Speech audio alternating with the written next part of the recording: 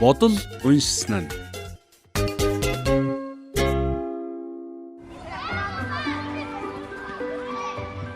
Өрн дулаан цаг айлчилж бүлээн салхи сэв үлээн. Хүүхдүүд тоглоомын талбайд цугларч тоглож наадан шуугилдах боллоо. Анхаач бас хөгжилтөнд тоглох найзуудаа цонхоор хараад хам ховцлон гэрээсээ гарлаа. Хүүхдүүд 3-4-өрөө хуваагдан ямар тоглоом тоглохоо ярьж байх зур анхаа хинтээ яаж тоглохоо бодон тал тийш харлаа. Харин инхээ хэсэг хүүхдтэй айлгэр болж тоглохоор шийджээ. Тэрээр анхааг ирснийг хараад тэрнийг тоглоомондоо урахаар дөхөж очлоо. Анхаа! Бид айлгэр болж тоглох гэж байд. Чи хам тоглох уу? Айлгэр болж юу? Тийм ээ. Би тажаагаар дөрүүлээ байна. Би ээж болно. Харин чи? Анхаа хариу хэлж амжаагүй байтал тэдэн дээр бархас гүн ирлээ. Сайн уу анхаа? Би бөмбөгөө аваад ирсэн. Хоёулаа бөмбөгөөр тоглоё. Юу? За тэгээ. Инхээ би явж бөмбөг ашиглалаа шүү. Уучлаарай. Ингэж хэлээд анхаа бархасыг даган явхад инхээ жаахан гонигтай үлджээ.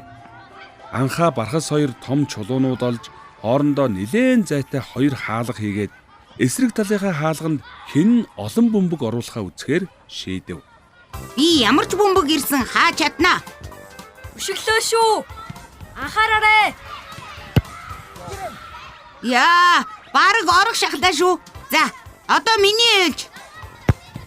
Гол! Тимээ. Чи ч муу хамгаалж байна шүү анхаа. Өчтөө өшөглөхөөр чинь айгаад ах юм аа. Бархас анхааг шоолон хөхөрч араас нь олон бөмбөгийг хаалганд орууллаа. Тэгтэл ч анхаад ингэж тоглох нь гинт сонирхолгүй санагдаад бөмбөгөө зориуд өөр тийш өшгөлж орхив. Бархас хол өнгөрсөн бөмбөгний араас явах зуур анхаа улс урын ард орж нуугдлаа. За байз. Бархас намайг хайх болов. Гэртээ арах уу эсвэл инхээ дээр очих уу? Анхаа тоглоомын талбай нөгөө захад тоглох инхээгийн зүг сэмээрхэн харлаа. Айлгэр болж тоглож байгаа нь үнэхээр хөгжилтэй санагдахад анхаач бас хамт тоглох юмсан гэж хүсв. Гэвч бархаст юу гэж хэлэх вүлээ? Яахаа шийдэж чадахгүй нуугдан сууж байтал дүүлэн түүн дээр иржээ. Сайн уу анхаа? Ээжээ. Дүүлэн үү? Цочлоо штий. Чи энд нуугдчихад юу хийж байгаа юм? Яах вэ? Бөмбөг тогломооргүй байгаагаа бархаст хэлж чаддгүй. Бас инхээдээ тогломоор байгаагаа ч хэлж чаддгүй. Тэгээд л Нуугдах шалтгаан ч биш л байна да. Инхээ сайн найз чинь болохоор шууд очоод хэлбэл дээргүй юу? уг нь инхээ намайг хамт тоглохыг урьсан л та. Гэхдээ би түрүүн татгалзчихсан болохоор одоо намайг тоглоомд оруулахгүй бах уу. Бархасаас яагаад нуугдсан юм? Би тэгээд бархаст айлгэр болж тогломоор байгаагаа хэлэх юм уу? Намайг шоолох байлгүй. Тэгээд ч бөмбөгнөөс үүдээд байна. Ингээд чи найзуудынхаа бодлыг унссан юм уу? Яаж сайн мэдээд байгаа вүлээ? Бодол унших ч хэрэггүй. Угаасаа л тэгж бодож байгаа нь тодорхой. Дүүлэн анхааг ажиглаж байснаа сүүлээрээ аяархан дохиод инээмсэглэлээ.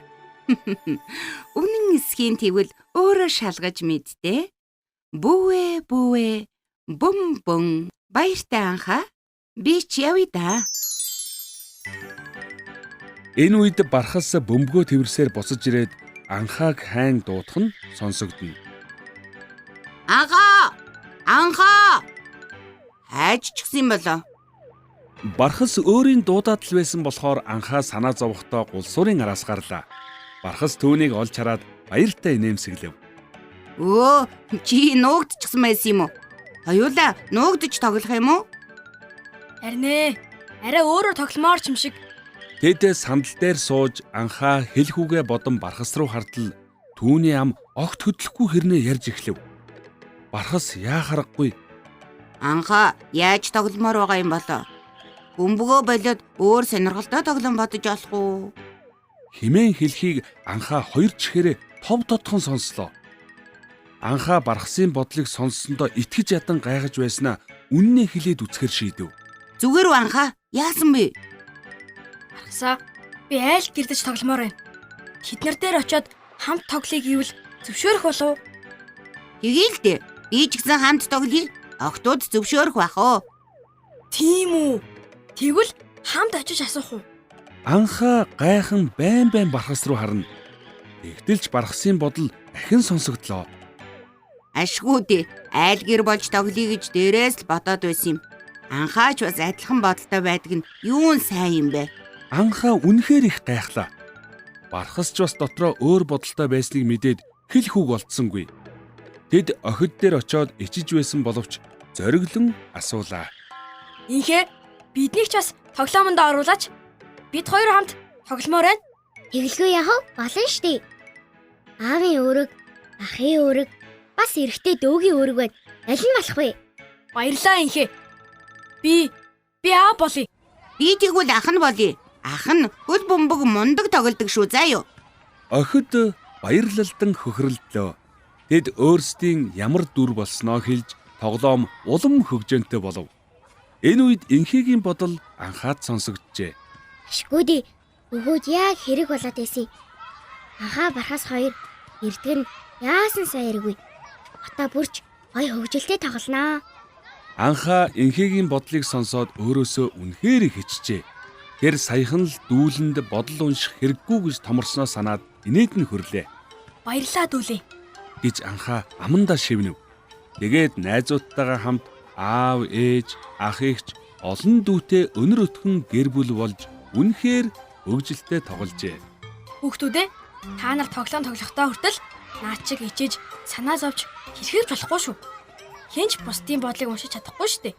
Тиймээс өөрийнхөө санаа бодлыг найзуудтай хэлж ойлгуулахаас гадна найзуудынхаа санаа бодлыг хуваалцаж сайн ярилцдаг байх нь үнэхээр чухал гэдгийг би ойлгосон.